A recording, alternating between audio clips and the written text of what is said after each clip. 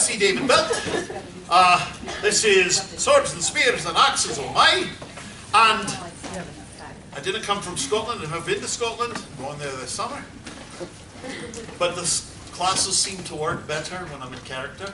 So I'm going to stay there. Now, everything you see here, with two exceptions, are either truly ancient weapons. They're historically accurate with the exception of two pieces. There's a museum. If it's not an ancient piece, there's a museum piece of which it is an exact copy. So we call that historically accurate and battle ready. They are very sharp, very, very deadly. And I ask you to do not touch the blades. The blades themselves will rust, unless I tell you they won't, because there's a few that won't. So, do not touch the blades themselves. We will wipe them off when we're done, when you're done with them. But I'll probably yell at you. I didn't care if you get hurt. I just don't want rust on my blades.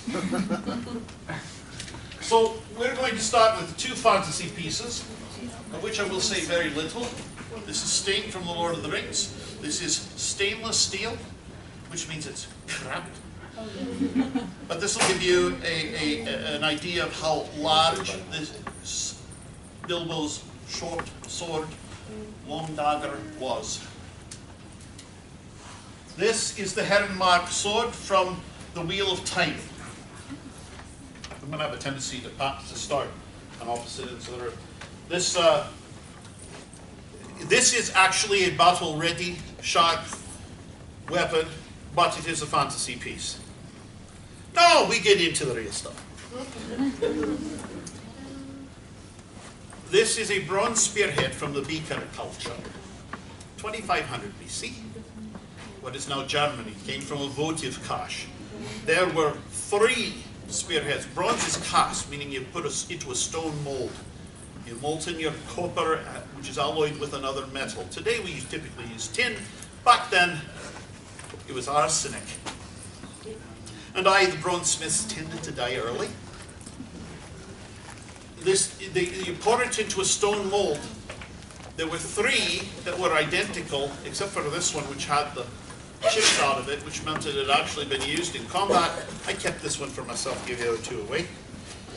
You can see when we got it, it had iron deposits around it. It was brown. And I took an eraser, and I sat in front of the magical box called television. And I was here and erase. And a few times I got down all the way to the actual copper. I didn't want to do that, but you can see a wee bit of it. I said, it's got arsenic in it, it's safe to handle in this one. That's a spearhead. This is also a spearhead. This comes from Scotland, 15th century, found near Edinburgh. This is what we call a hewing spear. We'll talk about that in a wee bit when we talk about spears in general, but the head is long and skinny, and it's sharp in a few places, so be careful with this one. Oh boy, I keep doing that to you. Down in here you can actually feel some of the actual wood from the original spear. Now, the oldest sword making material known to man is copper. This is a Celtic sword. The original comes from 1100 BC. You can see that it's quite short. This is about as long as they could get because copper has a tendency to bend. It's got what we call fullers or blood grooves. We'll talk about those in a bit. This does make the blade lighter and stronger. This is a Celtic design. It's a single piece of copper with wood inlays. You will notice that a lot of the swords have their origins in the Celtic blades. So we'll pass that around. That's 1100 BC. About 1000 BC, we have bronze among the Celts. This is a solid piece of bronze with a brass handle. Notice the leaf blade shape. This is a Celtic design. Now, you can actually touch the blade on this. We'll still wipe it off. You can't touch the blade. This does no rust. Would which way are we supposed to be passing? We're going all over the... Yes, just make sure that everybody gets it. Whichever direction you got, pass it across the aisle. You guys have this? No, we haven't. No, but when it comes back up. Okay, you can pass it back that way. I did that already. Oh, you had this one, so I got this way? Just remember which direction it came in. Oh, All right, why don't we pass across the aisle each way? You want to come closer? It'll be harder for you to get the blades. This is 18 inches long. This is about as long as a bronze blade could be. It's much harder than copper, can take a better edge. It is also more brittle. When you read about Percy Jackson and his 3-foot long bronze sword, 2 problems. This is too heavy for an 11-year-old to wield effectively. He wouldn't be able to wield this. Plus, it would break. These were short, thrusting weapons. You could use them for slashing, but they were thrusting weapons. Swords go into 2 categories. You have thrusting, and you have slashing, or cutting. There are some that are designed to do both. But typically, these short swords are thrusting weapons. So where do we go here? I think we go this way. Fine, I'll start with the fire. That's a good idea, though. Now, feel the difference between that and steel. Now, after bronze comes iron. Now, iron is strong and it is heavy, and over time it becomes brittle. You'll want to come closer or you will not be able to get the weapons. Do not touch the blades. Iron, I can't get an iron weapon. There are very few museum pieces, and over time they become extremely brittle, and nobody makes them anymore. One's still looking. And today, the way we forge, even if we take just regular iron, carbon gets into it, and then you at least get mild steel. So, after iron comes steel. This is much lighter. This is much stronger, and it's flexible. It'll absorb the shock of combat and not break. But that's a big problem. Taking one thing out of context here, and that is that steel comes around about 700 BC. It is an extremely closely guarded secret, worth far more than its weight in gold. Steelsmiths passed down their secrets from father to son. The last steelsmith of this fashion, we call this Damascus Steel, died in the 18th century and didn't pass on the secret. Today we manufacture something that is close, we call it modern Damascus Steel, and we do it by taking individual pieces of iron and layers of carbon, and then you superheat them and you hammer them together, and it produces a unique pattern of whorls. It's beautiful. But we don't know how they made it back then. Now, so you have, and pardon me if you're not LDS, in 600 BC, you have this man named Nephi and Lehi, who took the sword of Laban, which was made of most precious steel.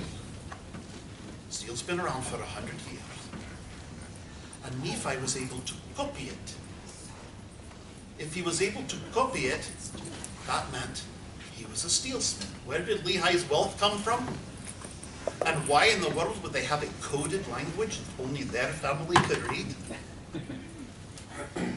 So I'm going to pass this one around, but this is out of sequence.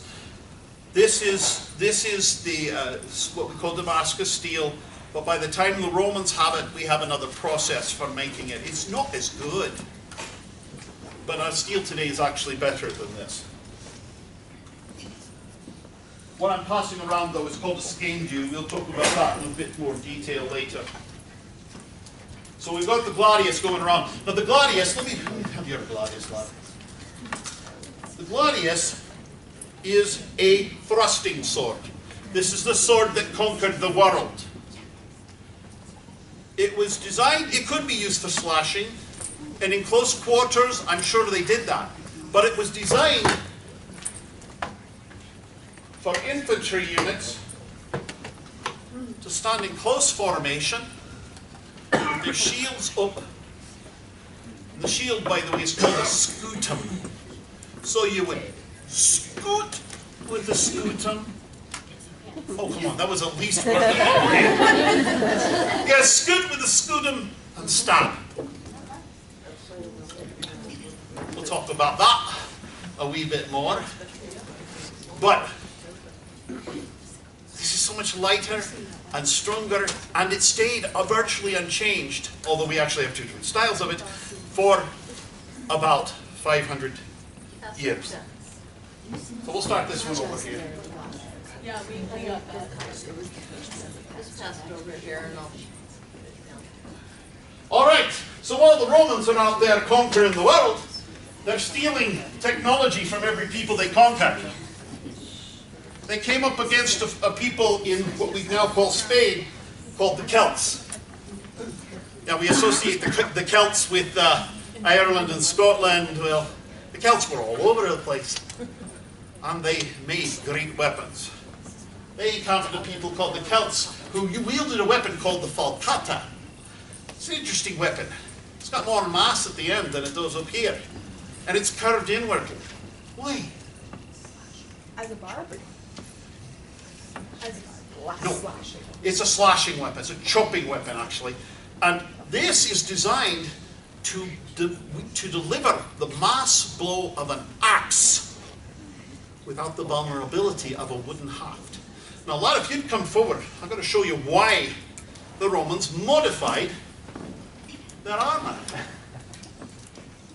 Notice that he doesn't have anything to guard his nose, which is a problem. So they added this bill because of this style of weapon. It would catch it before it came down and got to your nose.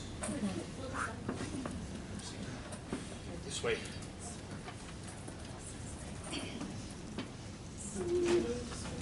Falcata, F-A-L-C-A-T-A. Now, over in, interestingly, the Egyptians and the Greeks developed a very similar weapon right about the same time. There's no evidence that they colluded on doing this, but I guess a good idea is a good idea.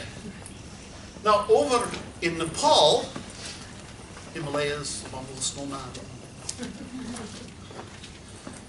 they invented a very similar weapon. This goes from about 400 BC to the present day. It's still used in Royal Gurkha units. It's a favorite of commandos. This is called the kukri. Now, the kukri is the weapon used to dispatch Count Dracula in Bram Stoker's Dracula. Not a wooden stake. There was a Bowie knife and a Winchester rifle, and the sunlight involved too. But this is what Jonathan Harker wielded. Now, this is the weapon that is given to a young man, an Nepalese young man, when he becomes a man. And he uses it to have his grain and chop vegetables and cook heads. This was used, by the way, in combat as late as the Falklands War in the 1980s. Now, when you ask what this wee notch here is for, I will repeat, this is given to a young man when he becomes a man. It's a symbol that he is a man. Figure it out. This usually is worn with two small knives, utility knives, that are used for fine work. They carry it everywhere. Now,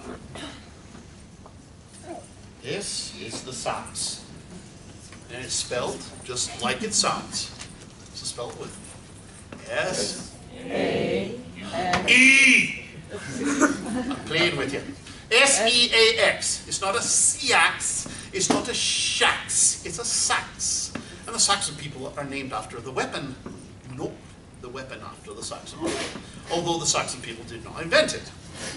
Now, the sharp edge is what looks like the bottom. Why? We didn't know. They wore it in a scabbard across the back, the Vikings did, like this. And this they would draw as their weapon of last resort. It's a very effective short sword. Long ago, I was watching the magical entertainment called Vikings on the magical box, and my lady wife was with me, and she says, I hate this show. He's so bloody. I said, I understand that. But he's got a sax. You see that sax? I need a sax. You didn't need another sword, laddie. It's a sax. I need a sax. You didn't need another sword, laddie. It's not a sword. It's a knife. And she got it for me for Christmas. I love this woman. Now, the Vikings were terrible steelsmiths. In fact, they kidnapped most of their steelsmiths from other places. We know that they kidnapped at least one Damascus steelsmith because there's a Damascus King's sword in a Viking burial mound. It was discovered. It's a beautiful piece, but the Vikings couldn't have made it. Now, they may not have gone all the way to Damascus to get it. They may have kidnapped it from somebody else who kidnapped it from somebody else. We don't know. But their steel was very poor. It's brittle. This is a Viking broadsword. Now, here's a note for your writers. Broadsword is a term that does not come around until the 18th century. The style of sword was around before that. But until the 18th century, if you're calling it a broadsword, you're wrong. So, I'll call it a broadsword, but what they called it was a sword. It's a single-handed weapon. Notice the clamshell pommel. This is to indicate they were a seafaring people. And notice the curved quillions. We'll get back to that. Now, if you look down the blade, you can see that it's hand-hammered. It's got wavy geometry. In many ways, it's a beautiful piece. And yes, it's got India on here because most of the modern historical replicas are made by the Royal Indian Armory, which is owned by museumreplicas.com. So here we go. Now this sword would break. So the Vikings preferred other weapons that didn't require as much steel, didn't require as much skill, primarily the axe. Now, this is a Viking dragon axe. It's only called a dragon axe because there's a dragon on the blade. This part of the axe is called the beard. If this part is not there, in other words, it ends in a straight line, we call this a bearded axe. This is an unbearded axe. You'll run across that term. Now, this comes from the idea of the young warrior bearding the lion in his den.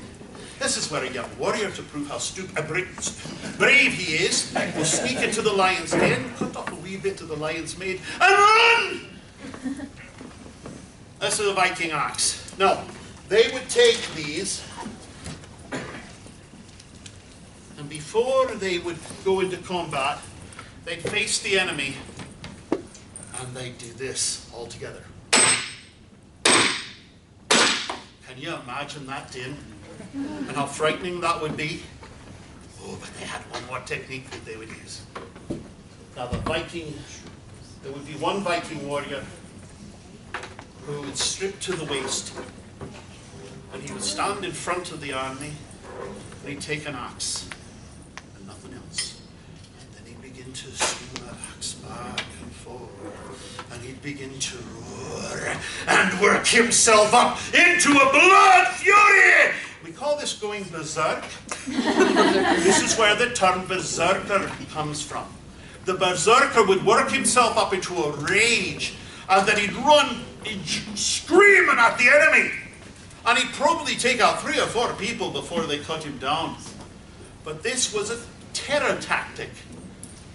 This was to frighten the enemy. And maybe they'd surrender. Many battles ended that way. You got there, and one side was obviously bigger. And so you'd negotiate. That was the end of the battle. Viking axe. As long as we're talking about axes, let's go through a few more. This is a Crusader's axe. And you're going to ask, why is the handle square? Because when it gets hot and sweaty and bloody, it won't slip in my hand so easily. And it's a two-handed axe. The Crusaders, although many of them did carry swords, the preferred weapons were mass weapons, either the axe or the mace. And once again, the axe doesn't take a lot of skill to wield.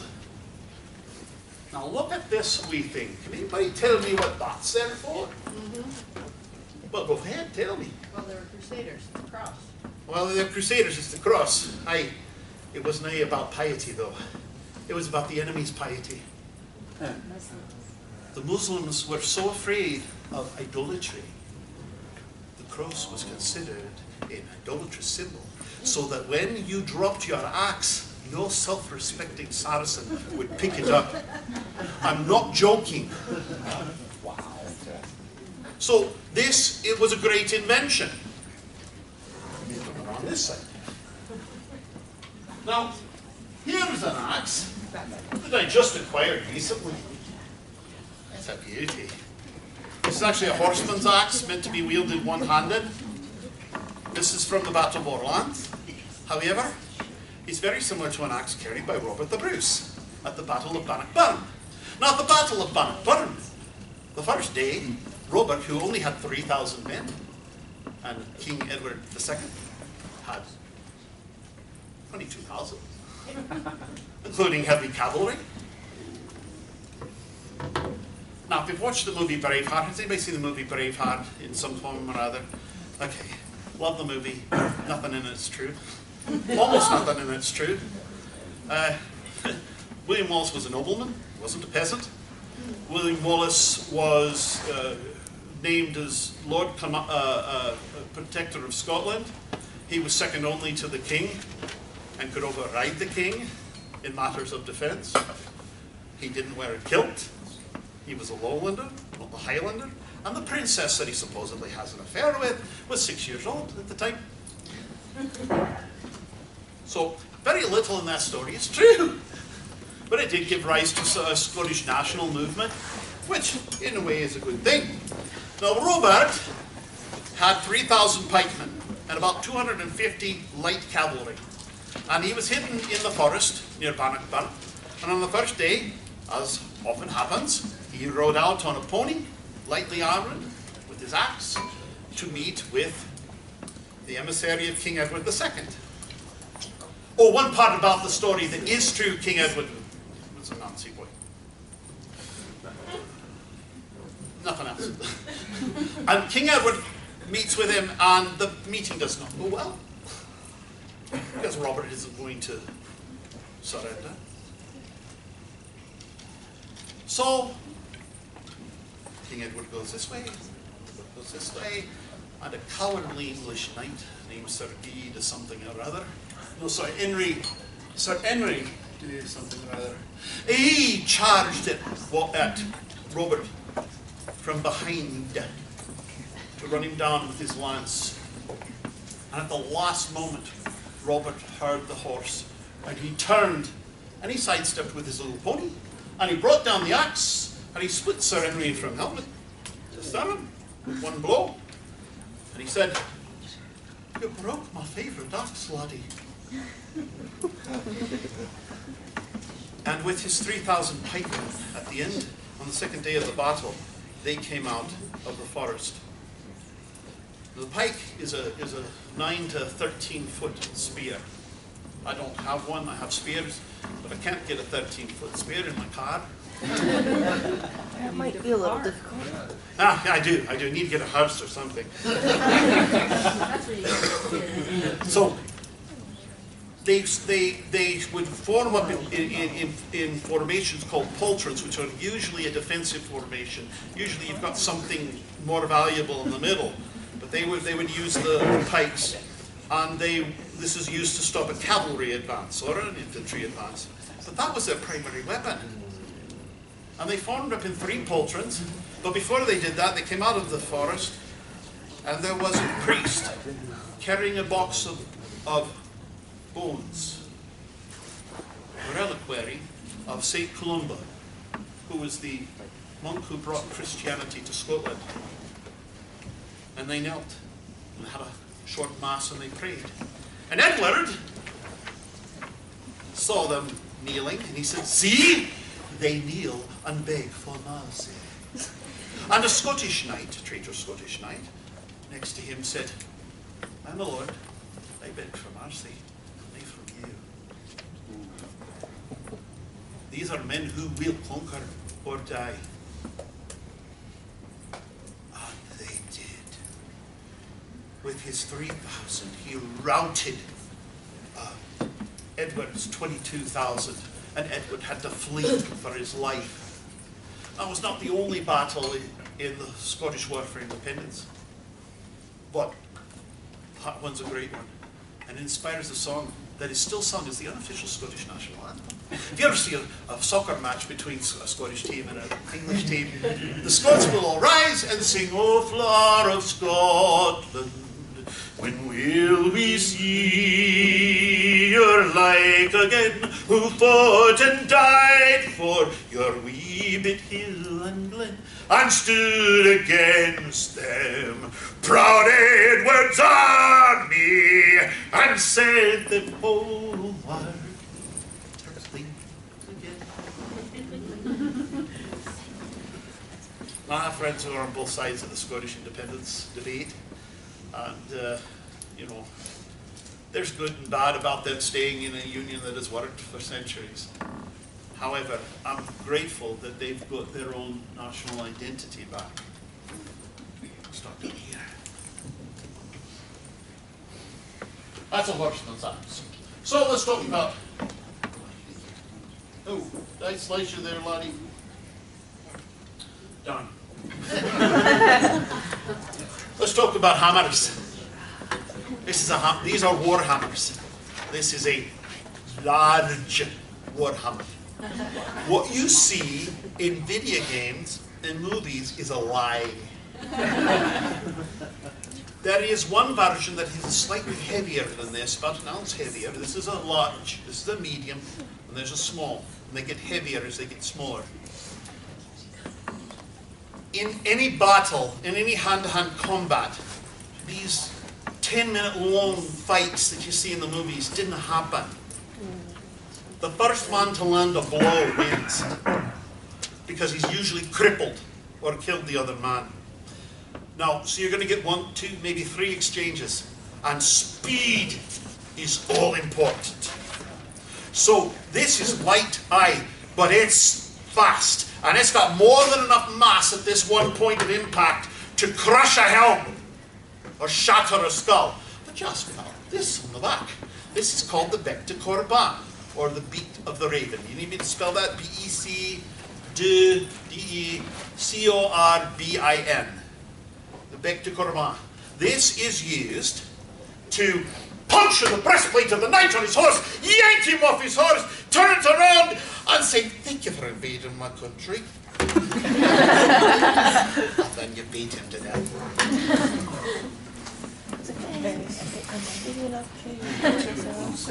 This is a medium warhammer. This is a German model. It's shorter because it's heavier. You've got to shorten it up so you can move it faster. It's got 4 points here.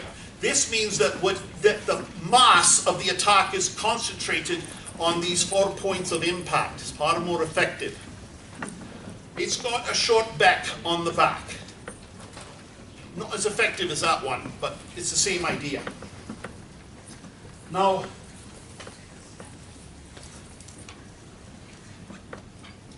other mass weapons. If you look at portraits of European kings, in their left hand they're holding a ball with a cross on it. This is an orb, this is a symbol of their divine right to rule. In the other hand, they're holding a scepter. A scepter is a mace. The mace is one of the oldest weapons known to man. First you have the rock, then you have the stick. Maybe you have the stick before the rock. But you put the rock on the end of the stick, you have a mace. So, the mace is a mass weapon. This happens to be a flanged mace, meaning that instead of just a ball, and if it was just a ball, it would be very small. About the size of an orange. This means that all the mass is concentrated on 1 or 2 points of impact. Once again, making it much lighter and much more deadly. This was found over the banks of the River Thames. It's called the River Thames Mace, for that reason, and it dates to about 1100 BC. Now, we go over here. This my lady wife got for me for Christmas. This is a bar mace. It's very deadly, very heavy, and for that reason, you're going to get one shot with it. If you miss on the first swing, you're probably not going to be able to bring it around fast enough. But, oh, this is an impressive weapon. And I saw it in the catalogue, and I wanted it, and my wife got it for me, and that's wonderful. But when I got it and saw it in person, I was astounded how heavy and deadly it is. Well, can anyone tell me what this is? A walking stick? Shillelagh. This is a weapon disguised as a walking stick. In an era where the Irish peasant could not own a weapon because it was illegal, he would cut the blackthorn bush and make a walking stick, which was hard enough to fend off a rapier and hard enough to break a bone. And you can actually get this through the TSA. I think it will. When I go to Scotland this year, I'm going to see if I can get it through the TSA. Maybe not in the UK. Huh? Oh, that could be bad. Oh, you lose it. Oh. SHE, yeah, you'll have to. It looks like shillelagh. Oh. Okay. They pronounce it shillelagh. Now, can anyone tell me what this is? Flail. That's a flail. Aye, lad, it's a flail. Some people say morning star. Morning star is simply a mace with spikes on it. This is an agricultural implement. It was used for threshing grain. Originally, it'd be a rectangular block of wood on a string, on a stick, and you'd lay your grain out on the threshing floor, and you'd whack it a few times, and then you'd break off the husks, you'd throw it up in the air, the wind would carry away the husks, and the grain would fall down, rinse and repeat until there's no more chaff. And so the laird, that's what you English types would call a lord, the laird would come to you and he'd say, I need you to go to war for me. I didn't want to go to war for you, I'll get killed. Go to war for me, I'll kick you and your family off of my land and you'll starve. Okay. Hey, can I have a sword? No, you can't have a sword. I'm Scottish. Do you think I've got gold falling out of my kilt? Can I have a spear? No, you can't have a spear. What am I supposed to take to war with me? You've got a shovel. You've got a hoe. You've got a scythe. You've got the flail. So they'd stick a nail in it. They'd take it to combat. And this is a terrible weapon. By terrible, I mean bad. It's very inaccurate. It's as much a danger to your friends and yourself as it is to the enemy. And I can tell you this because I've hit myself many times. Now, it became very popular in tournaments, but not as a military weapon.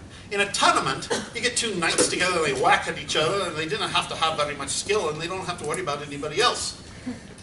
So, it's very popular in video games and movies, and the king of the Nazgul, the best he could come up with was a flail. Anyway, so, this is the flail, bad weapon.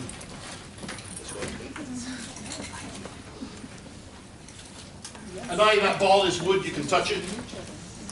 Alrighty, let's get back to swords. So, we have, this is a Viking sword. I know. Go ahead, question. I was just curious about the material that they used for the mace. Because they wouldn't have steel, right? Oh, They did? Okay, no. at this point they have steel. Now originally it's just a rock. But they had steel at this point. And it would be mild steel probably, which you get just by heating and hammering out iron. The carbon from the coke and the coal fires, it gets into it and it makes it, it's not as strong and as flexible. It'll deform more easily, but yeah, they had steel. Steel starts at about 700 BC. So we have swords. And remember, not a broadsword until the 18th century. Now, the Crusaders, when they went down to fight the Muslims favored these deeply curving weapons, which we call scimitars. This is an 11th century Saracen scimitar. And I have seen it on the Spirit commercials. They got it from the same place. This is a deeply curved weapon. It's obviously a slashing weapon. You kind of stab with it. And because of the deep curve, it has a weird balance to it. So it takes these practiced fluid movements to use it. But the great advantage of this curved weapon is that what happens when you hit someone with a straight sword? It lodges in the bone. And you have to yank it free if you didn't go all the way through. This will slice into the meat and skip across the bones. So, the Crusaders, the Christians saw this, and they said, we need to do that. They didn't know how. Their steel wasn't very good at this point. So, this is an attempt at a curved sword. This is a vulture. It's very curved. Yeah, it's curved at the end, right? This was an early attempt at a curved sword. It's a chopping weapon. It's single-edged. Notice the wee crosses. But there are very few of these still in existence. We know that it was very popular at the time because it's all over the illuminated Bibles and manuscripts of the time. But, vulture. Notice once again the slightly curved quillions. Now, Crusaders are favouring a straight-edged weapon. A sword. Sometimes called a knightly sword, but not a broadsword still at this point. Now, they would literally take their cruciform... Did I scare you, lad? I was going slow. They literally took their cruciform sword and would grasp the hilt, the blade, which I'm going to do, and they would kneel in front of it and pray to it before going into combat. It became a cross. The Scots, maybe because of the Viking influence, many Scottish clans are Viking clans. The MacLeods, they're a Viking clan. They were nice pious. They made downsloping quillions. What happens when I hit a straight quillion? What happens when I hit a downsloping quillion? I've trapped your sword. And I still get to hold on to mine. So this was typical of the Scots. This particular weapon I picked up at a garage sale. I saw it. I did my steel test. That's good carbon steel. And then I went home and I got on the internet and I found the manufacturer of this sword, and it was no longer being manufactured. This is a German broadsword, a little bit later than the Crusades, but close enough. And I went home, and it was retailed for $350 when it was available. And I went back, and I talked him down to $50. I didn't feel bad about it, not a bit.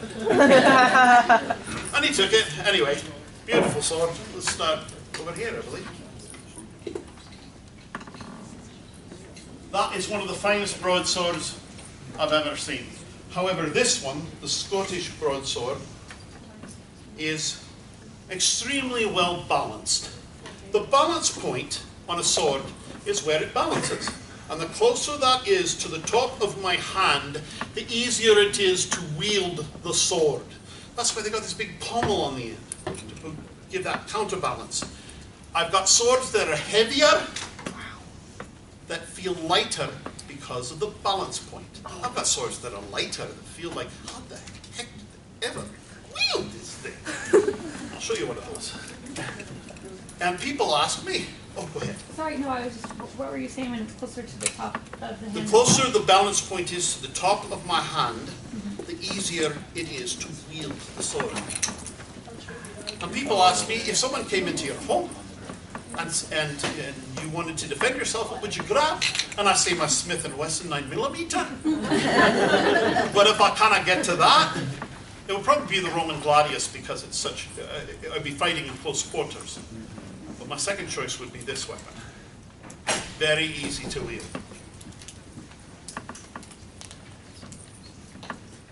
What time is it? 22. Oh, we're doing wonderfully well. Okay, now. So.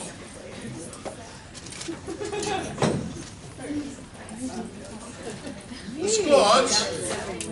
But. Question, sir. I'm talking about balance points. Where, like, how do you tell a good balance for like a hammer or an axe or something that's more weighty? Hammer and axe doesn't work that way. It's farther away. All the mass is down at the end. So you're going to be swinging it. The problem with that is that's why the hammers are small. Okay.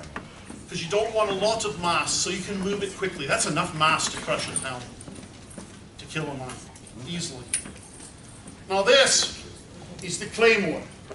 That's Gaelic for great sword. This is also a Claymore. Scots can use their word any way they like, but it means great sword. Now the Scots didn't have a lot of iron to make steel, so they didn't concentrate on armor. Their armor was light. And we'll talk about armor in a wee bit. But what they did have, they put into making swords. Now this is a sword designed to cleave through armor. It's a true two-handed sword. You wield it like this. Oh, it's still ringing from the little impact. You wield it like this, but you could wield it one-handed, like this. So if you had your targe in one hand, your shield in one hand, you could wield it like this. And in close quarters, you'd cinch up and wield it here because it's closer to the balance point. These swords were so effective, so you could cleave through armor so easily that the Scottish Crown actually banned them. Made them illegal because they believed it gave the clan chiefs too much power. Now, notice this here. Anybody tell me what this is supposed to represent? Symbols all over the place. A crown. You would think so. It's actually a clover blossom. Oh, yeah. Okay? And these are heather blossoms. Aye, they put them on their swords. And they put hearts on their swords and their shields. Why? Because a heart doesn't represent romance, it represents undying courage. So, the symbols are important to them. They don't mean the same thing that they mean today.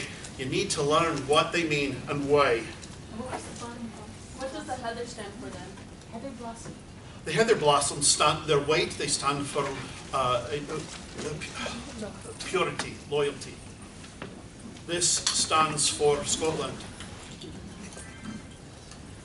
This is very similar to a sword wielded by Robert the Bruce. William Wallace's sword was 6 feet tall. It's also broken in 3 places and reforged, so you know that their steel was crap. And it had straight quillions that came out and wrapped under. We call this the Lowlander sword because William Wallace was not a Highlander. He was a Lowlander.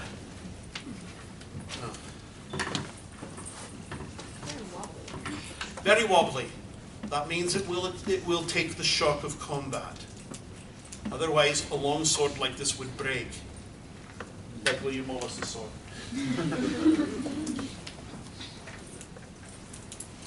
Oh, in Braveheart, the Claymore that they have with the straight quillion that goes straight out, there are a few examples of that. Had nothing to do with William Wallace. And sometimes you'll see it called an early Claymore. It's not. It's a stupid Claymore. Now, Another sword wielded by the Scots was the basket hilt Claymore. Now this is a replica of an 18th century, 1746 Culloden basket hilt. It was used at the Battle of Culloden. Now, the basket provides great protection for the hand, and it makes the sword very, very well balanced. So this is a very good sword. It's double-edged. That means it is a cut and thrust sword. It's used for both, primarily slashing. But the double edge makes it very easy, much more easy to go in. Now, this is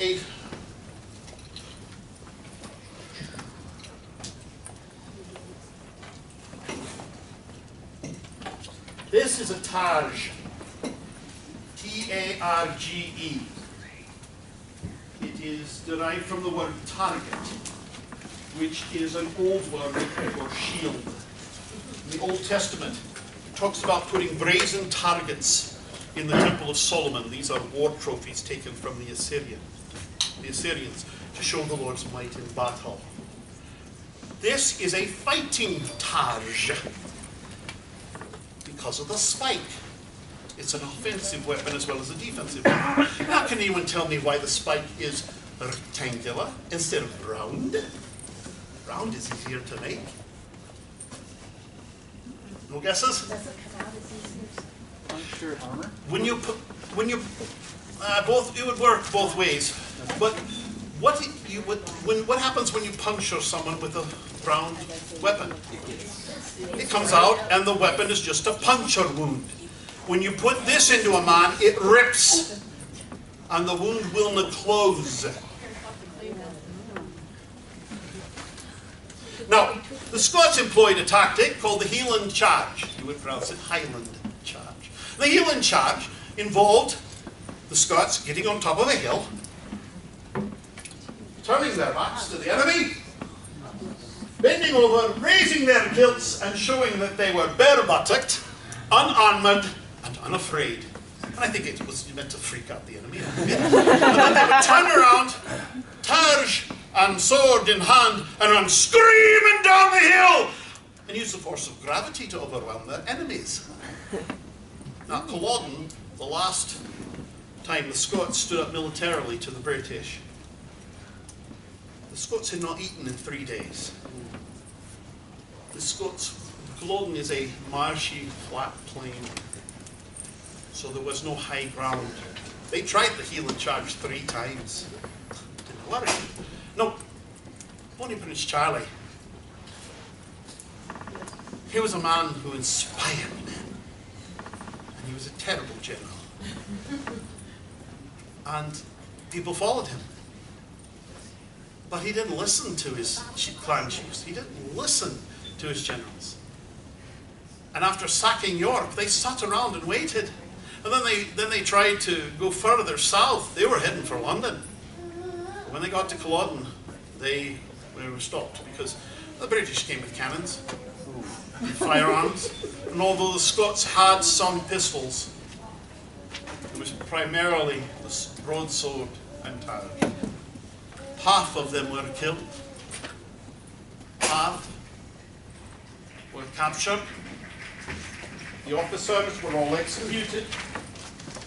Those that were of the rank and file Scotsmen, the rank and file clansmen, those that were captured, the British at random selected half to be set free and half to be hanged or shot. So if you've ever heard the jaunty little Scottish tune, for he'll take the high road and I'll take the low road and I'll be in Scotland for ye. It's actually a lament sung by one captured Scotsman to the other captured Scotsman. He says, he'll take the high road because you get to get home tomorrow. I'll take the low, so I'll be dead. I'll be in Scotland afore you, because the dead travel fast. And me and my true love will marry me together. When the Bonny, bonny banks of Loch Lomond. Now there's also a version of the song that's come down to us that's sung by the woman he left behind. Her name is Mora. And his name was Donald. Donald MacDonald. Do not laugh, that was a common name at the time. And she sings of how proud she was that he went to fight for his king in Prince Charlie. Then she sings, "Oh, will may have we, for yesterday must be." But now, if you know, sing along. We lay bride and bridegroom together, but his touch and his breath were as cold as the dead, and his heart's blood ran red on the head. So she knows he's died. And then she sings the chorus, as you know. But then she repeats the chorus with a wee alteration. "Oh, if you'll tuck the high road, then I'll tuck the low. And I'll be in Scotland afore ye.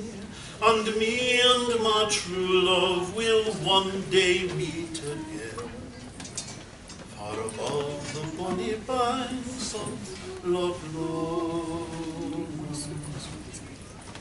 Now, a couple of the Scottish weapons. This is a dark. Very popular weapon even today, especially among in commander units. It is a single-edged, long dagger. Today they tend to be a wee bit more triangular. This is an 11th century model. This has a flat edge for parrying. So the first time you pull it with your broadsword, you're parrying the enemy's weapon like a shield. But when your broadsword breaks or you lose it, you transfer it over and it becomes a very effective short sword. It's not that much shorter than a Gladius. And no Scotsman would be without one of these. Now they wore them in front like I wear it here. Now, I talked about the blood grooves. These are the blood grooves. They make the blade lighter and stronger. Why? Think of a piece of rebar and a piece of pipe. Which one bends easier? The solid piece of rebar. The pipe is lighter and stronger because of its cylindrical shape. So you get a half cylinder in here and it makes the blade lighter and stronger. But they're called blood grooves because when you thrust this into your opponent's belly, the wound immediately begins to swell, and the body tries to save itself by cutting off the blood. It swells around the blade and makes a suction. The blood grooves break the suction and sluice off the blood, meaning I can pull it out a second sooner, and that second is going to make all the difference which side we need to go to. Now, I already passed around the Scandu. Let's talk about it. Dirk. Hey. So Scandu is Gaelic for black handle. And you see them made out of with stag's horns and all kinds of strange things. But the word means black handle. And it is the knife of honor. You always carry this one. Why? Today it's worn in the stocking or the boot. So it's often called a stocking knife or a boot knife. But anciently, I kept it inside my tunic, under the armpit. Why? Because if I was captured and I was forced to kneel, I know there's a spike there, and I was forced to kneel to my captor, and I was forced to swear fealty to him to save my life, I would place my hand over my heart inside my tunic, and I would say, I swear fealty to you, you bloody Englishman! And then you made sure that he had no more lordlings of his own, and then he died. sorry, I've got a knee injury. It needs to hide it. Anyway, let's go on now. Oh, must we? Aye. Another two-handed sword. This is called the Longsword. Different from a great sword. That's a great sword. This is a long sword. What's the difference? This sword is designed to be wielded in a wide variety of ways. 12th century through the 15th century, virtually unchanged. This was a favourite on the continent of Europe. Why? I can wield it two-handed. I can wield it one-handed. It's very light. I can wield it as a thrusting weapon. I can wield it as a slashing weapon. And it tapers to a very narrow point. Why is this? Come here, lad. The reason for this is, if I thrust it at him and it hits the armour, it'll slide up and go into the underneath the next plate. Thank you, lad. This is the Longsword. And you compare that to the Claymore, you'll see it's much, much, much lighter, much easier to wield. But it didn't have the crushing effect. Now this is the bastard. Cover the wee one's ears. The word simply means of unknown parentage. Why? Because with most swords, you can trace their ancestry. You say, oh, this was this, and then they did this, and then it's this, and then... all right, hold up that Kindle there, lad, at the end, which we'll get to later. That is a descendant of the Roman Gladius. Doesn't look a lot like it, does it? But we can trace its ancestry. Go ahead. So, in the 16th century, German swordsmiths said,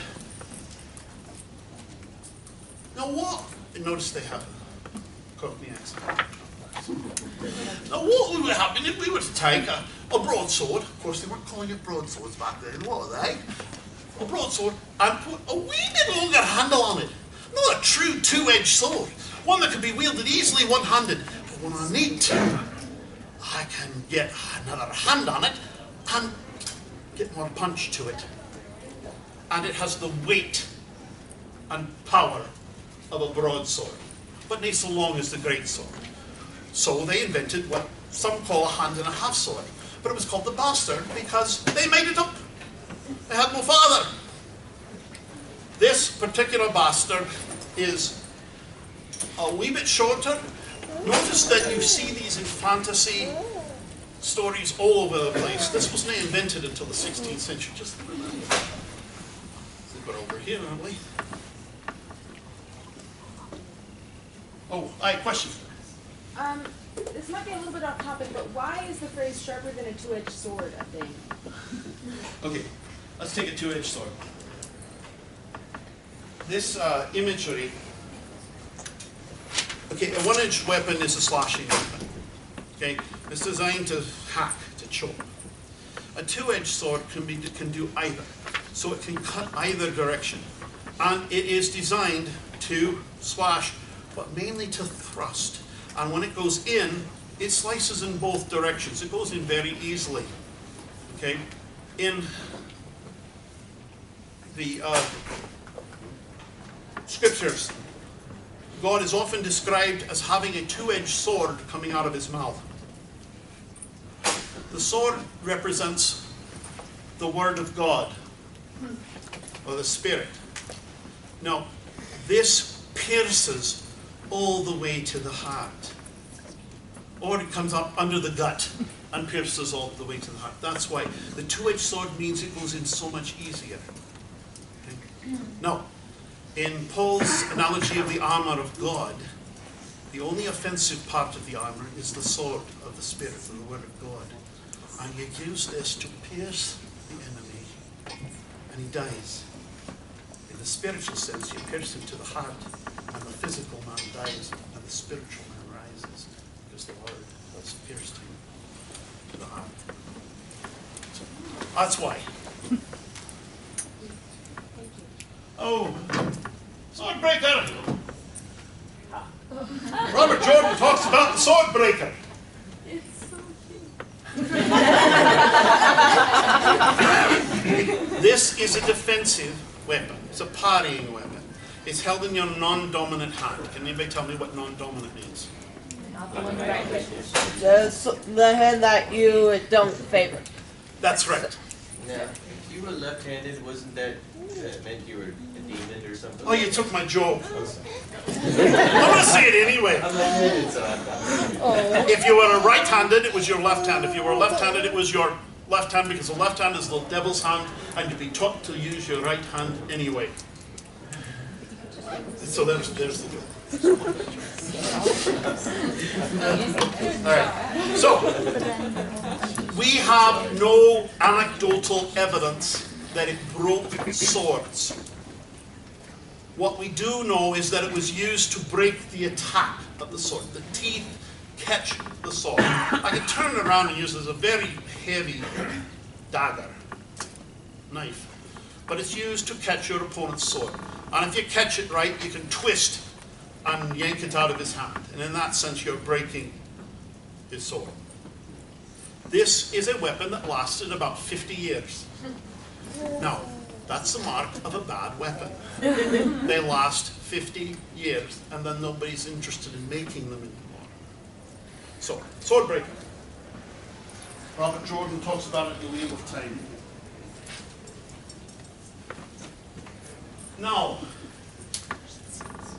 this is the, question mark. What exactly makes the sword breaker a bad weapon?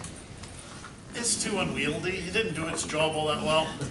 I can use a dart much more easily and do the same thing. It wouldn't catch the sword blade, but it would stop it. It just fell out of favor. If it's a truly good idea like the longsword, it stays around forever. 500 years, lad. Like the Gladius. Now we have the rapier. As steel got better and better, they were able to make longer and skinnier blades. And how many have seen some version or read some version of The Three Musketeers? They're lying to you. No soldier would ever carry one of these except as a civilian defense weapon in the streets. A dueling weapon, this was. This would break against any broadsword. This would probably break against a musket if you're both swinging it hard enough.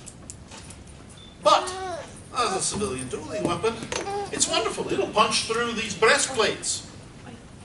And it's very flashy. You hold it with two fingers above the hilt and your thumb wrapped around and on the back. It's uncomfortable. Look at it. You grip it that way and use your bottom two fingers to maneuver it. And I could do things with this faster and quicker than anyone can do it with a broadsword. That's why it became so popular in movies and stage plays. Because I can stage a 5-minute sword fight. However, for you writers, if they do these fights at what they call safe distance. In other words, they never get closer than the end of the point here, extended like that. And you watch them fight, and sit in a close look where they're sitting there doing these. That's why they can do it, because they're always going to get hit. But they practice those moves, and they're very choreographed, and they know exactly what everybody's going to do and when. Now, if you've seen, how many of you have seen Robin Hood, Prince of Thieves with Kevin Costner and his abominable accent? Okay. The sword fight at the end took them all day to film, and they were using aluminum swords. It was exhausting. But you can do this. So, the rapier, very popular and very pretty. Now, we talk about. This is starting to make me nervous. No, let me have the sword right. Oh, you put. Oh, thank you. That's why he's being such a good one. So, English, and all their infant said, "Oh, those rapiers, they're so pretty. Why don't we take a rapier hilt and put it on a broadsword? That's a wonderful idea." And they made the sword rapier, a military weapon. Notice my one finger over the top. This is the first sword I ever acquired. And I took it out, got home, and immediately went to a very tall pine tree and whacked it. It about broke my hand. I said, how do they do this? Well, it turns out they didn't. This was a bad weapon. It lasted 50 years. 50 years. And why is it so bad? The balance point is terrible. And you'd ruin the effect if you had a great huge pommel on the end here to balance it. But the balance point is terrible. So it is a bad weapon. Sometimes called the transitional rapier, or sword rapier, or English rapier.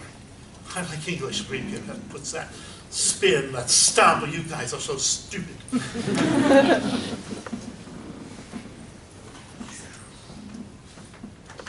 I'll whack you with this, I'm sorry. Speaking of whacking people, as you walked around, I'll get back to that. This is a shavona. This is the same steel as the other swords. It's just treated with heat and galvanized to give it a black color.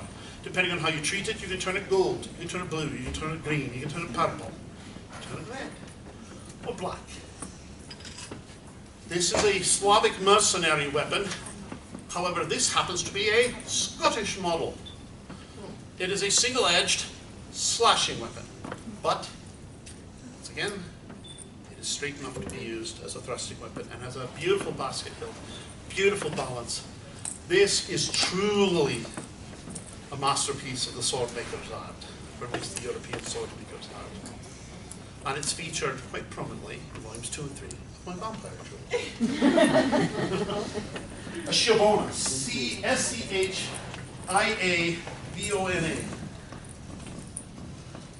Shavona. Why, thank you. Question? Somebody else question? Oh, I was just wondering what that was called. Oh, shavona. Let me have the... These two weapons came about in the 16th century, and they stayed virtually unchanged until the 19th century. What does that make them? Good weapons. This is a cutlass. This is a naval saber. Slightly curved, so you can use it as a slashing weapon. Straight enough to be used as a thrusting weapon. And it's short for shipboard combat. You can't swing a big broadsword around on a ship. And if you're too close to even use the blade, you can punch with the bell housing.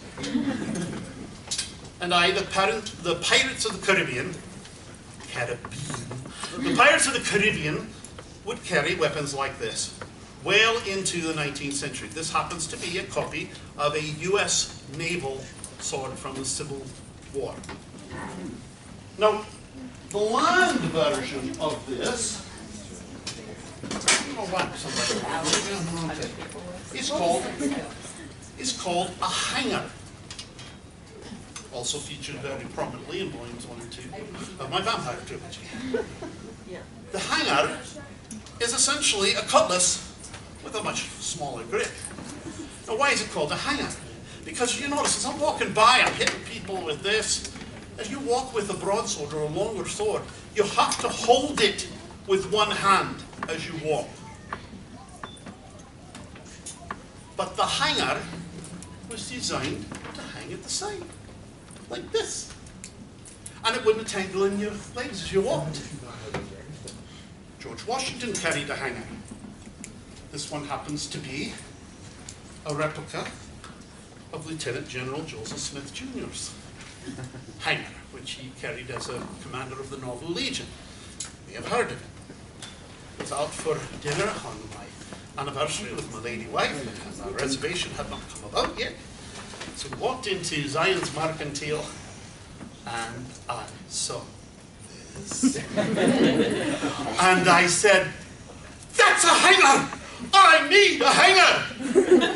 Mora has a hanger in my nose. I don't have a hanger!" My wife said, you didn't need another sword, laddie. And I said, I need a hanger, I need a hanger. You didn't need another sword, laddie. And I walked up to it and I looked at it and said, this is an exact replica of the sword carried by Lieutenant General Joseph Smith, Commander of the Mountain Legion. It's Joseph Smith's hanger! It'll make our home more holy! So she bought it for me that day. And that is a true story. Minus the accent. No.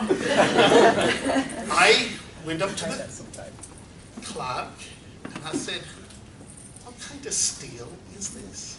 Because it's so short, it's hard to get that ring. So, what kind of steel is it? She said, I'm sure it's stainless steel.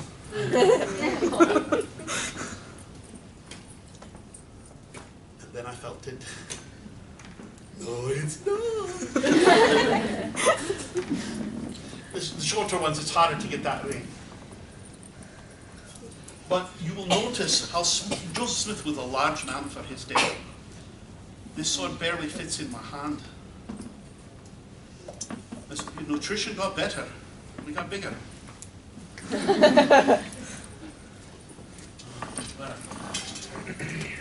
Oh,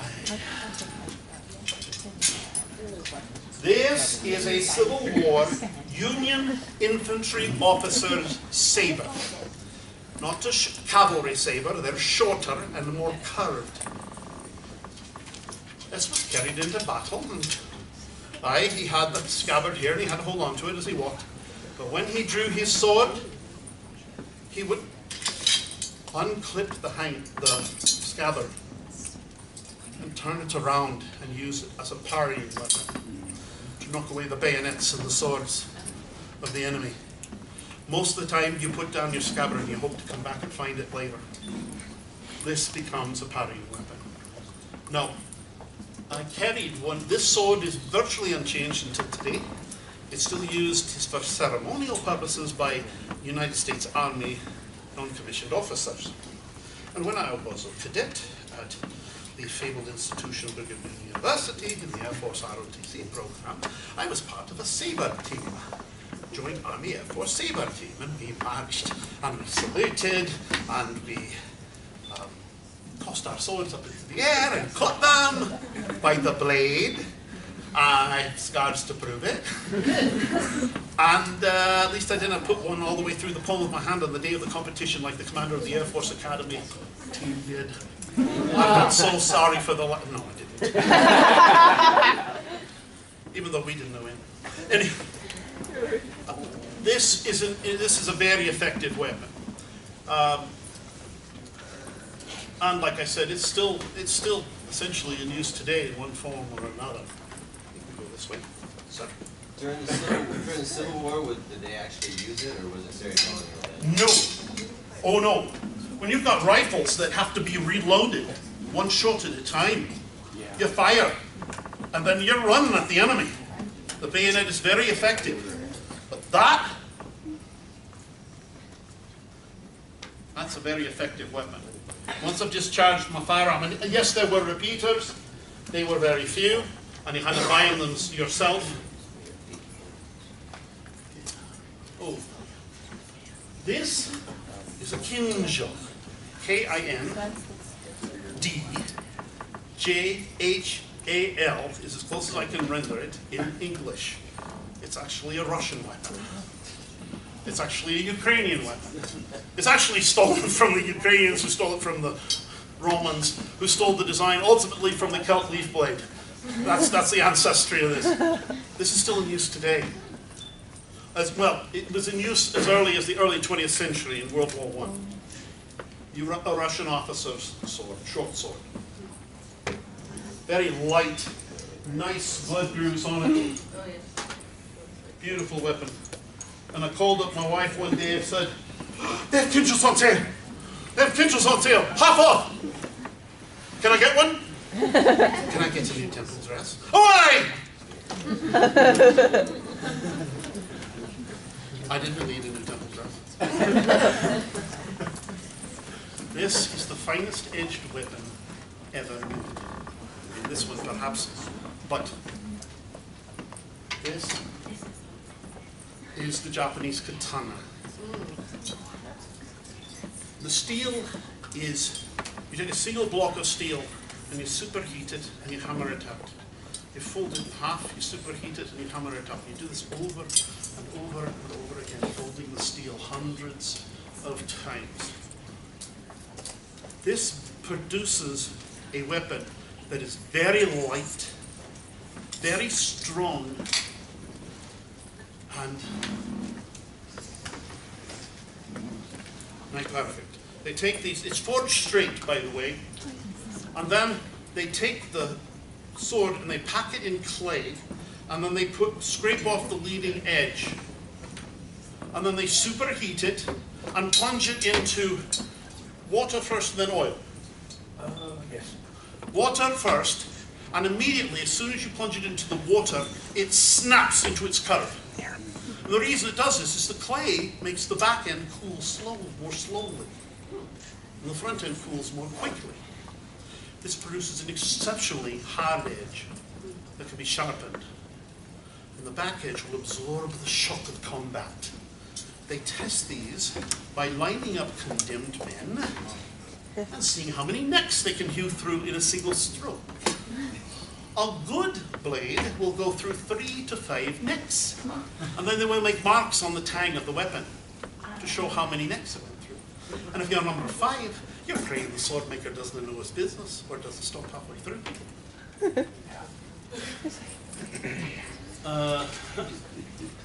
I will, yes? So, obviously that takes a lot of time. How long does it take to make one of those swords versus a regular This man back sword? there can tell you. Depending on how many folds you want to do, I've done traditionally forged katanas in as little as 3 months, folding 300, 400 times. But I have also taken it to a year and a half, doing over 5,000. Wow. And how does that compare to one of these regular, well, I'm sure they're all different, but like a regular broadsword? I will take a katana over a European broadsword. No, I mean like how long does it take to make a broadsword? Oh, a broadsword, I can do that from a blank in 3 days. Yeah. Oh, wow. Yeah. Okay. This is a national treasure. They don't allow them to be exported. They don't allow the swordsmiths to leave Japan. You can get knockoffs for nothing. They're usually crap. You can find them in any pawn shop for $35, which is what I ended up paying for this one. I actually tried to talk the man into taking far more, and he refused. And he said, "How much am I underselling?" I looked at it with my jeweler, his jeweler's eyepiece, and I could see the micrograins in the steel. And 3 fingerprints were etched into the blade. That's why I didn't touch these blades, please.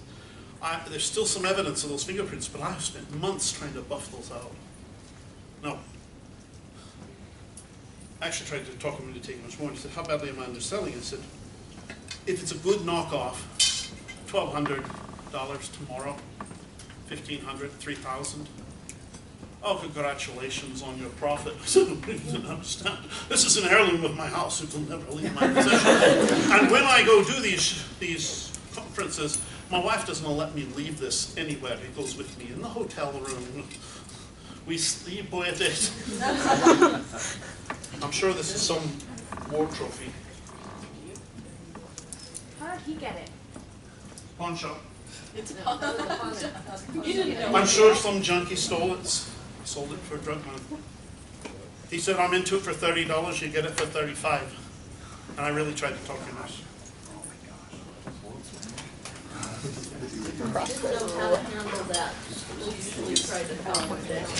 Yeah. This is a crossbow, obviously. This is slightly underpowered. This is a replica of an Italian version. We were in Europe with the Mormon Tabernacle Choir last year.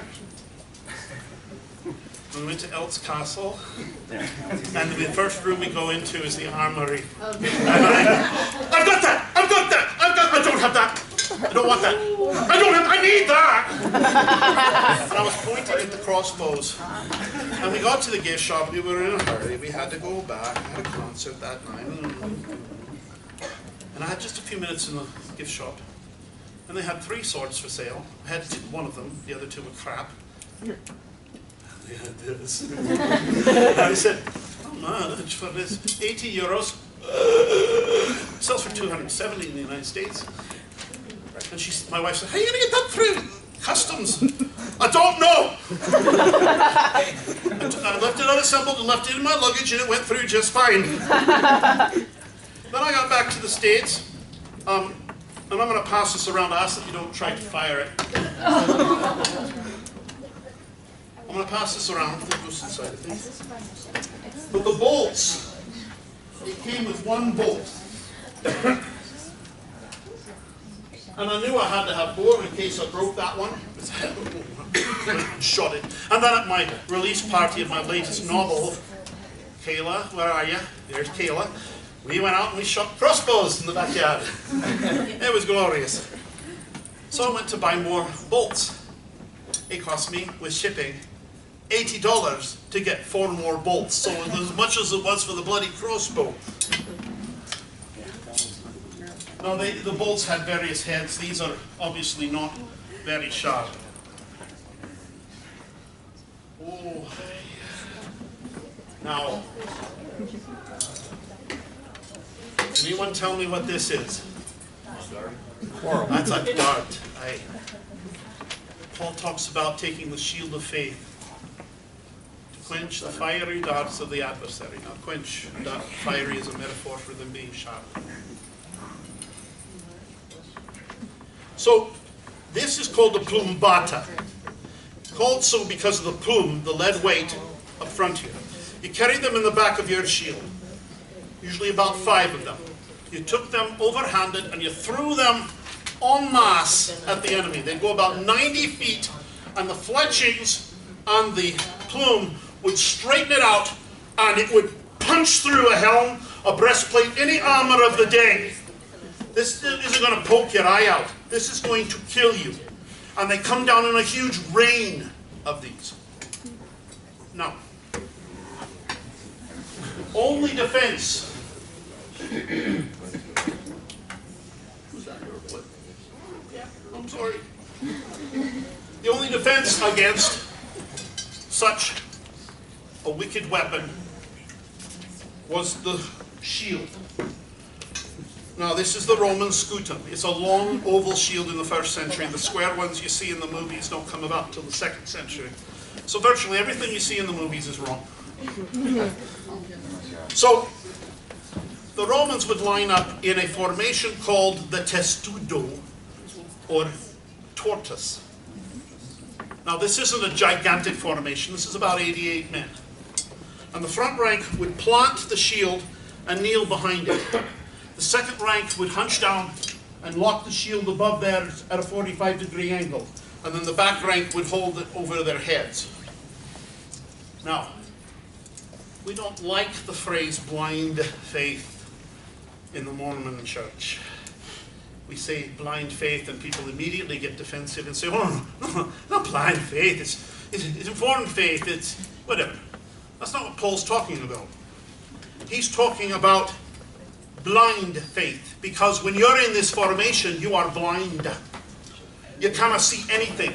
The only man who can see anything is that man standing at the back of the formation with the gigantic red target on his head and his head above the shield wall.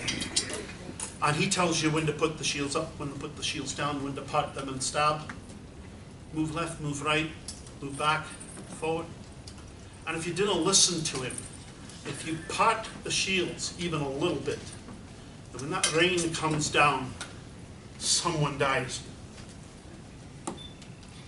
So you have to surrender your will entirely to the man who's braving all to save you.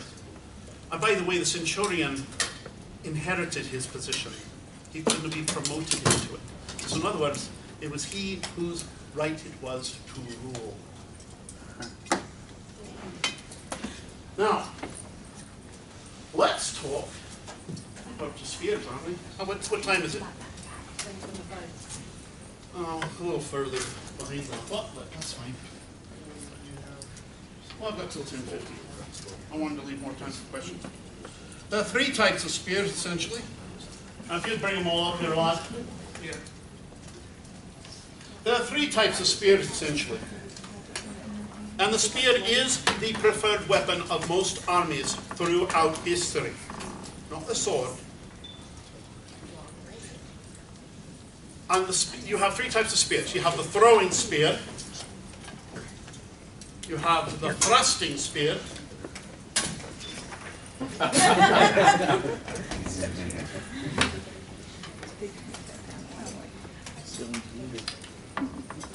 This is a throwing spear. This is a thrusting spear. I won't be passing these around. You'll have to come up and look at them afterward. And you have the hewing spear. Now the throwing spear is designed to be chucked at the enemy. The problem with the throwing spear is that the enemy can pick it up and throw it back. So Make it explode. That would work. We don't have to do that. I'm about to what? then you have the thrusting spear. I've left my mark. This is designed to poke at the enemy. Now notice the lugs on this one. Not common, but they did have them. What did you call it? Lug, L-U-G. Thank you. The lug is designed to stop the blade from going all the way through the enemy, so you can pull it out more easily. Now, notice the butt cap. One of the greatest inventions in military history. Why? The what? The butt cap on the end. It's various styles. Sometimes they're blunt, like that one behind me. Sometimes they're sharp. They kept the wood, protected the wood of the sword, but they made the sword of the spear 1.5 feet longer. They're magical. Why? Because you can only wield the spear at the balance point. With a heavy head like this, that's here. With the butt cap, that's here. You get an extra foot. Yeah. There you go. Now the hewing spear is essentially a long sword. It's designed to hack at the enemy. Now, this is a Viking Twoedged. That Scottish spearhead that we passed around, the ancient one, that's a hewing spearhead. Long, thin, designed to chop. Hew. H-E-W-I-N-G. Hew. Like you would. The Twoedged is spelled A-T-G-E-A-R. Now, to fix the problem of throwing spear, the Romans invented the square pilum. This is a one-use throwing spear. You throw it at the enemy, and it doesn't matter whether it lands in a man, the ground, or a shield. It bends under its own weight. And because it is mild steel, you can't hack it off like you could with a wooden spear. You have to throw down your shield. And you can't pick it up and throw it back. After the battle, the Roman engineers would go through, pick them up, and hammer them back out again, and they could be reused. They carried two. The first volley was designed to disarm, to get rid of the shields. The second volley was designed to kill. What was that one called? Pilum. P-I-L-U-M. It's called a square pilum because of the square shape of the rectangular shape of the shaft. Now this is a pole arm. It's called a halberd, H-A-L-B-E-R-D. You see this a lot in movies with palace guards. And ceremonially, it is used that way. But not in reality, because you can't wield this inside the close quarters of a castle. This is actually an infantry weapon. So your whole unit would be armed with these, and together you would stab, you would hack, and on this one there's a bec de corban. On some they would have a hook on the end. That was designed to do the same thing, to reach up, snag the breastplate, and yank the man off his horse. Now, notice the weak cross. Won't pass this, well, we will pass this one. this is possible.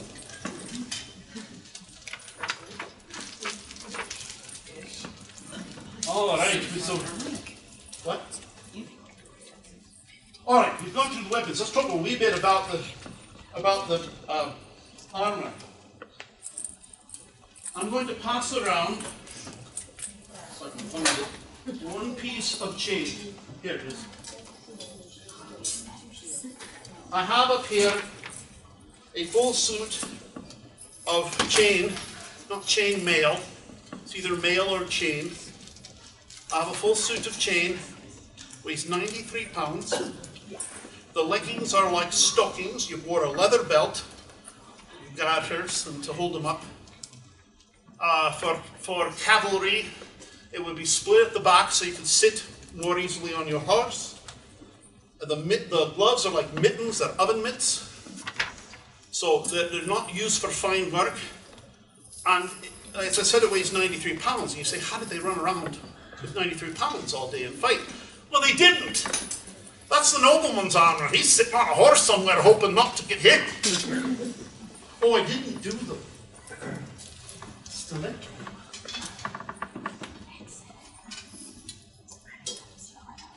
Another gift from my lady wife. This is a stiletto. Now, it's a three-sided dagger. 3 sides. Why? Because a lady would carry this on her person, and she'd use it to stab, and it would part the rings of the chain and go right through to the body. What's it called? Stiletto. Stiletto. It's just how you How long does your like? What was the range of lengths on a stiletto blade? They're small. They're meant to be hidden. So like. Oh, they could be smaller, but that's a good size. She could put that at her hips. She could put that in her bag. She could put that. Aye. Why would the woman carry them? To protect herself. We are talking about an era where women don't serve a lot of purposes and don't have a lot of freedom. So they needed to protect themselves. Now, this is called a brigandine, B-R-I-G-A-N-D-I-N-E, brigandine. This is a yeoman or peasant's armor. It's a leather harness with bits of metal either stitched, laced, or riveted on. And after the battle, when you stopped fighting at night, you couldn't tell who was who, you wouldn't rest, you'd go out among the dead and find bits of metal to increase your chances for side. What? Did anyone else think that looks like Thor's breastplate? Aye. Yes, aye. That's the idea. Now, these are greaves. They're common in many, many armies, many cultures. They're designed to cover the knee, cover the shin. But if you'll notice, lad, you're going to have to come forward and walk forward and show me your shoes. He's not wearing greaves because very few units in the Roman army actually wore them. They're light. I mean, they're not light. They slow you down. But he is wearing a Roman boot. It's called the caligate. It's not a sandal. A sandal is something a Roman wore in the house. When he got out of the house, he took off his sandals, he put on shoes, handed the sandals to a slave. They both walked to the friend's house. They took off the shoes, put on the sandals. The slave did whatever slaves do, and they go into the house. So this is designed to allow the foot to breathe, which for infantry is very important. You get trench foot easily. It allows you the water and snow and everything to sluice off. And it has hobnails on the bottom, hard leather soles. The Roman army was the fastest infantry in the world of the time. There's a very famous battle, the Battle of Watling Street. Here, we'll talk about his armor real quick too. He's wearing a Pugio. This is a Roman's dagger. Notice the leaf blade shape. In other words, they stole it from the Celts. Even after he retired, the legionnaire would probably still carry this dagger, so he'd be out in the fields and he'd have this on his belt. I have a question. What's the question? How does it spell? P-U-G-I-O. Now, he wore it on a belt. Now notice his belt. This singular militaire means simply military belt. It's got 5 strips of leather on it. They're decorated. They put on their images of their gods or their name or whatever to remind them of who they are and why they fight. This was their name tag. How much protection did this provide? None. But Paul mentions it first in his analogy of the armor of God. Why? Identity? It's who you are. I am David, and I come to you in the name of the Lord God, whose army of Israel, whose armies you have defied. A milder belt. This is who I am. This is why I fight. This is what I hope to. This is what I'm willing to slaughter other people for. That's why. In other words, you're girding your loins with truth. It's your truth, your testimony. Notice the breastplate of righteousness here. This is called a lorica segmentata. There were 3 types of chest armor in use at the time that Paul's talking. One is the lorica hamata, which is just a chain. And it was worn by reserves, in other words, conscripts, wasn't worn by legionnaires. You had the lorica musculata, muscles. This is worn by generals.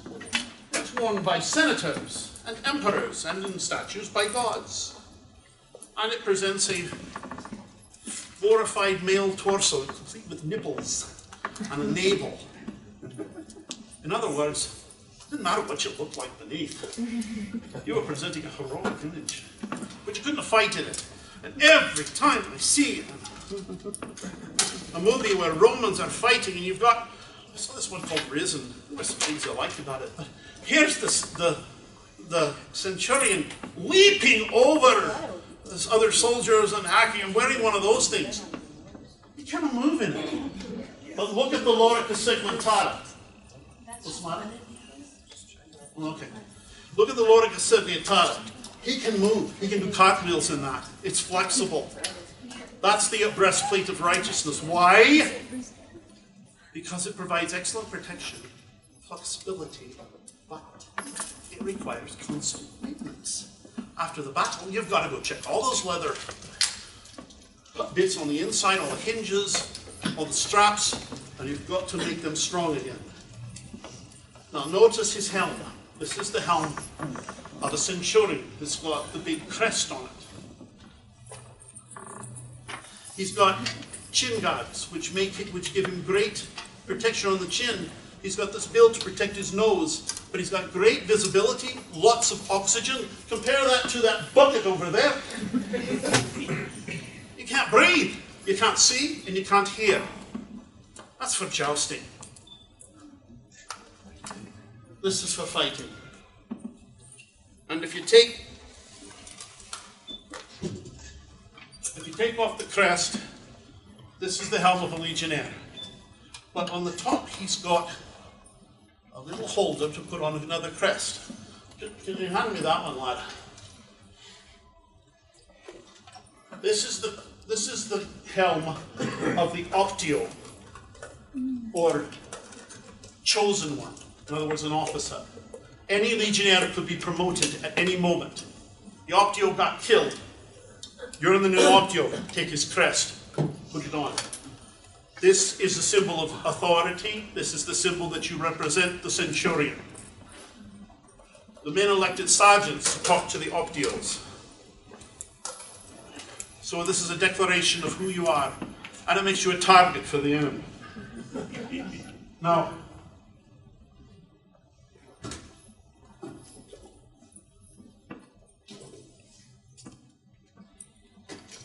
this is a Viking helm.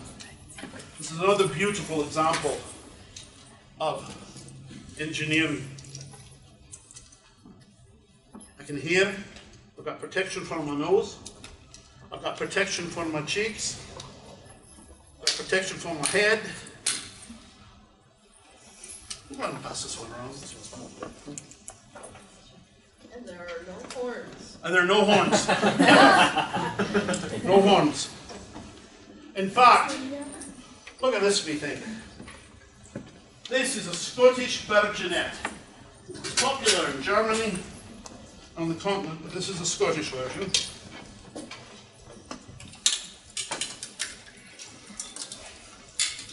Once again, great oxygen, great protection, moves with my head. But notice this wee thing on the top. What's that for? Take it off. That's for tying on your lady's favour. If I got hit there with a sword or anything else, my neck gets broken.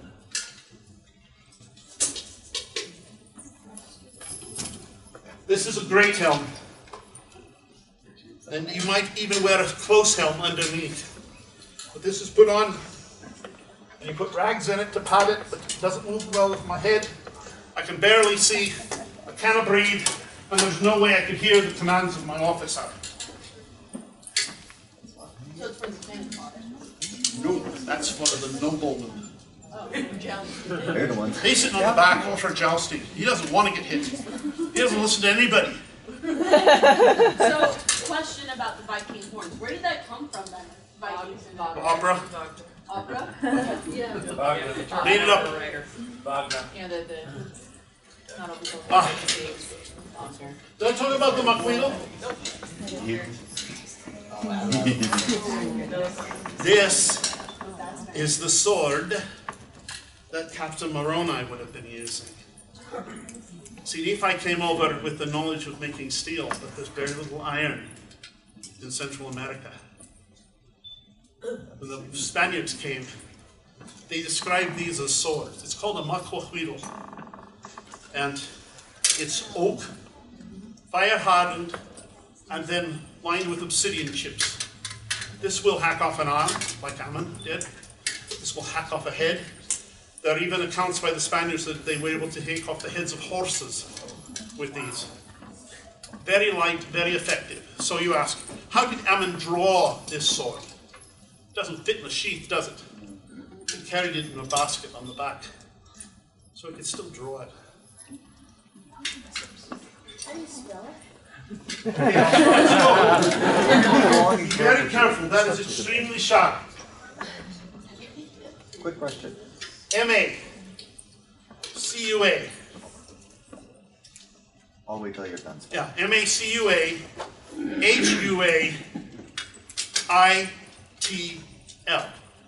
Macuahuilo. Yes, sir. So involving the stories from various Spaniards about either hacking off horses' heads or cutting them from about shoulder to mid-girth. What do you think about those? Would they be true in even the slightest sense?